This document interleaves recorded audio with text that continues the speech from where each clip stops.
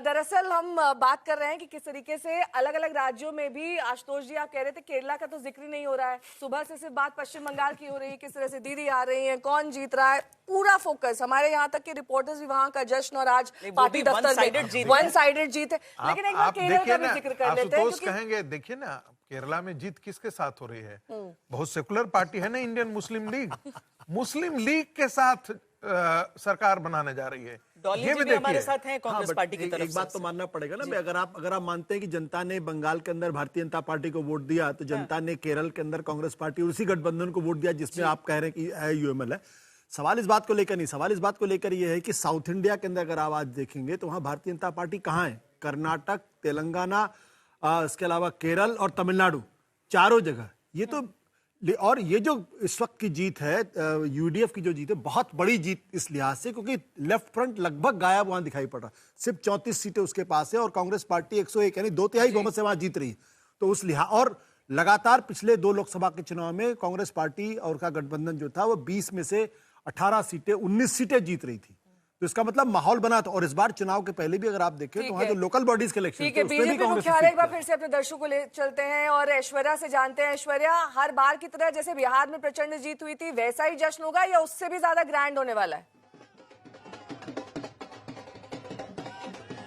उससे भी ज्यादा ग्रैंड होने वाला है क्योंकि कहीं ना कहीं भारतीय जनता पार्टी को ये लग रहा है कि जो मेहनत उन लोगों ने करी है, जो जमीन पर मेहनत उनकी नजर आई है, उसी का जो रिजल्ट है वो आपको इस तरीके का प्रचंड बहुमत नजर आ रहा है। मेरे आसपास ये सब लोग हैं जो जश्न मनाते हुए नजर आ रहे हैं। भारतीय जनता पार्टी के झंडे जो है वो इनके पास है।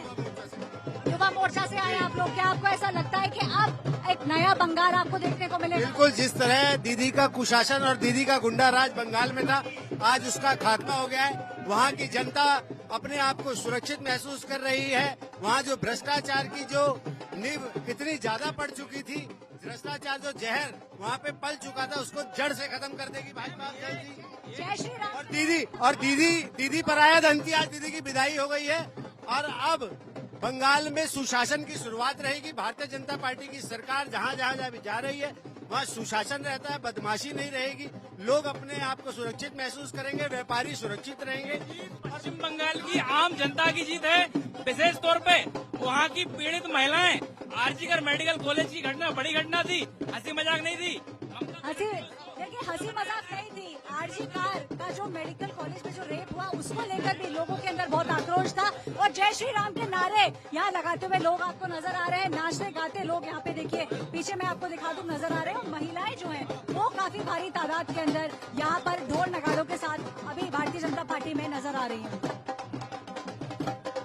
ठीक है, लौटेंगे आपके पास श्वेता, क्योंकि आप तो ग्राउंड पर मौजूद थी। मैं आपसे ये जानना चाहूंगी और ये सवाल मेरा आपसे इसलिए भी, क्या फैक्टर सबसे ज्यादा हावी रहा ममता की हार में? एंटी इनकम्बेंसी, एसआर का होना, या फिर जो सुरक्षा का भाव वहां पर लोगों के मन में आया वोट डालने को लेकर, वो सबसे बड़ा फैक्टर था? नेहा, अभी आगे चलकर बहुत एनालिसिस इसका होगा। एक महिलाओं का मुद्दा मैं जरूर कहूंगी यहाँ पर, क्योंकि चाहे वो कॉलेज गोइंग गर्ल्स हों, चाहे प्रोफेशनल्स हों जो कहीं काम कर रही हों, चाहे वो गरीब महिलाएं हों जो गाँव में हों, क्योंकि इस बार ग्रामीण सीटों में भी बहुत बड़ा शिफ्ट दिख रहा है। जो अभी तक तृणमूल के साथ जाते थे और अब भारतीय जनता पार्टी वहां पर काफी अलग अलग दौर के काउंटिंग के बाद भी लीड कर रही है। तो एक ये बहुत बड़ी चीज है। एक एनालिसिस जो एक्सपर्ट्स का रहा कि 1500 रुपए का भत्ता जाता है और 1700 जो पिछड़े वर्ग की महिलाएं हैं उनको, लेकिन बीजेपी ने कहा 3000 देंगे। मुझे लगता है कि वो पैसे वाला फैक्टर ही नहीं चला है यहाँ पर किसी भी तरीके से।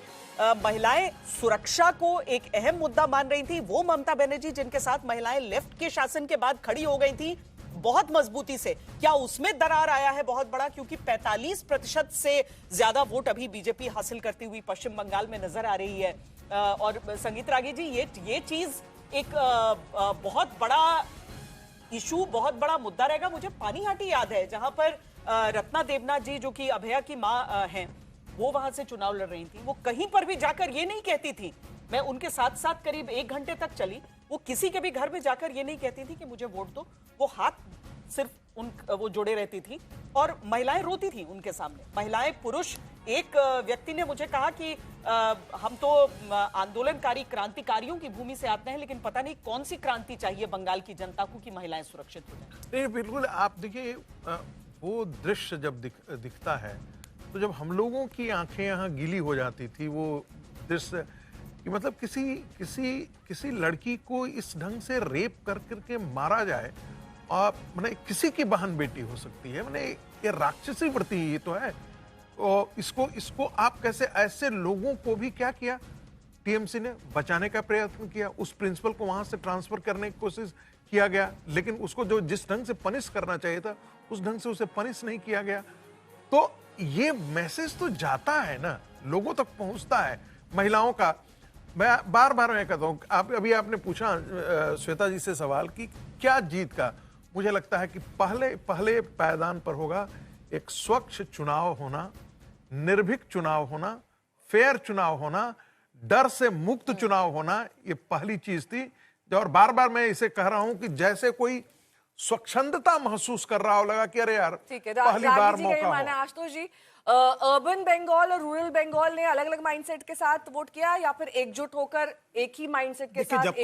जब कोई पॉलिटिकल पार्टी इतने बड़े मैंडेट से जीतती है, ऑलमोस्ट टू थर्ड है, तो जब तक इक्वल डिस्ट्रीब्यूशन नहीं होगा तब तक संभव नहीं। हम तो कहें कि सिर्फ अर्बन वोटर ने दिया या सिर्फ गांव के लोगों ने वोट दिया, वो बात सही नहीं होगी, क्योंकि इतना बड़ा मैंडेट जब तक गांव, शहर, महिलाएं, पुरुष, लगभग सब तबके के लोग न दिया हो तब तक। हाँ, ये मैं मान सकता हूं कि मुस्लिम तबके ने जरूर वोट नहीं दिया होगा, क्योंकि पिछली बार 75% वोट दिया था, बीजेपी को 7% वोट मिले थे। तो ये भी बंगाल ने साबित किया, ये बीजेपी ने साबित किया कि मुस्लिम वोटरों की जो बार्गेनिंग पावर थी वो भी पूरी तरीके से खत्म हो गई। और ये सिर्फ बंगाल में खत्म नहीं हुई है, बल्कि अगर आप देखें तो असम के अंदर लगातार तीसरी बार खत्म हुई, जहां 35% उनका वोट है, ये जो भी कहते हैं, और बंगाल के अंदर भी 28 से 27% उनका वोट शेयर है। तो आप उनको पूरी तरीके से निगेट करके सिर्फ हिंदू कंसोलिडेशन के आधार पर भी आप चुनाव जीत सकते हैं, और उन इलाकों में जीत सकते हैं जहां मुस्लिम तबका 1/4 या 1/3 के आसपास। और इसमें एक बहुत बड़ा अगर आप देखेंगे तो बीजेपी की बहुत बड़ी आइडियोलॉजिकल जीत है उस लिहाज से। आशुतोष,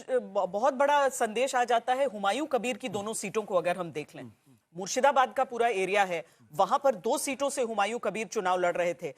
एक सीट जो रिजी नगर है, जहां पर बेलढंगा वो एरिया है जहां पर बाबरी मस्जिद नाम से मस्जिद का वो निर्माण कर रहे हैं, वहां पर 37,549 वोटों से वो लीड कर रहे हैं।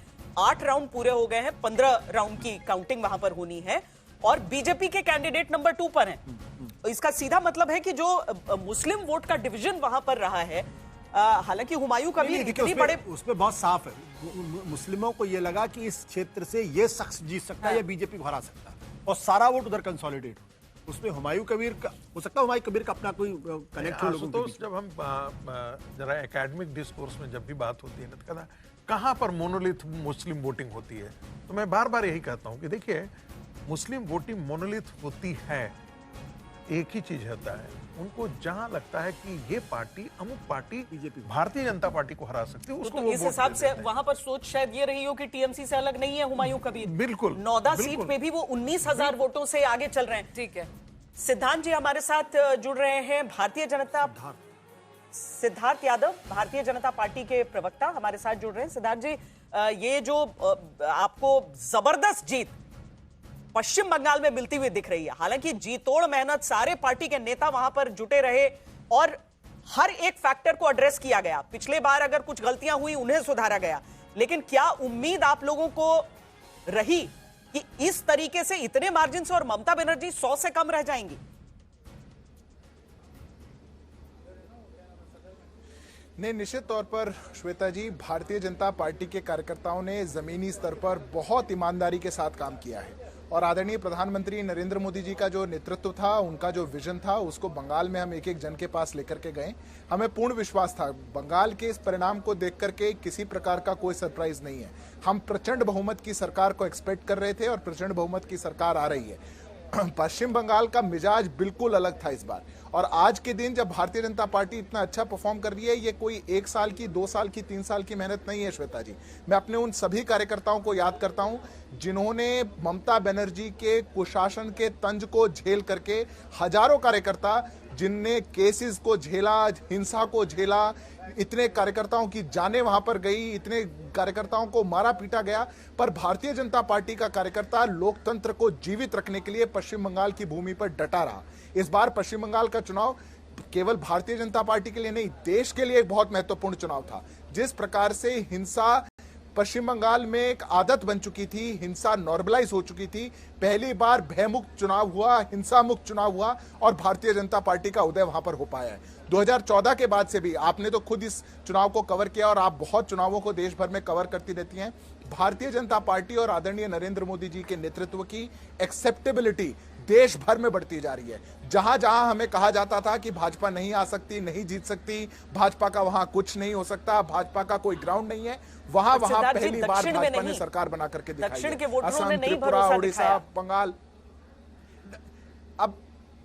अब अगला दक्षिण है श्वेता जी, कोई दो राय नहीं है। दक्षिण के अंदर केरल में जहां पर एक समय में हम 1%, 2% वाली पार्टी थे, आज वहां हम 14-15% के वोट शेयर पर पहुंच रहे हैं। तमिलनाडु के अंदर हम निश्चित तौर पर छोटे प्लेयर हैं, हमको और उम्मीदें थी, पर वहां पर भी हमारा ग्राउंड मजबूत हो रहा है। आदरणीय नरेंद्र पश्चिम मोदी जी बंगाल के जो है सुशासन पर आजादी देश के को बाद विश्वास से है, बीजेपी की इसमें कोई सबसे बड़ी जीत मानी जा रही है। धीरे धीरे उनका वर्चस्व बढ़ता जा रहा है, चाहे वो बिहार की बात कर ले, पश्चिम बंगाल अब उसमें ऐड हो गया है।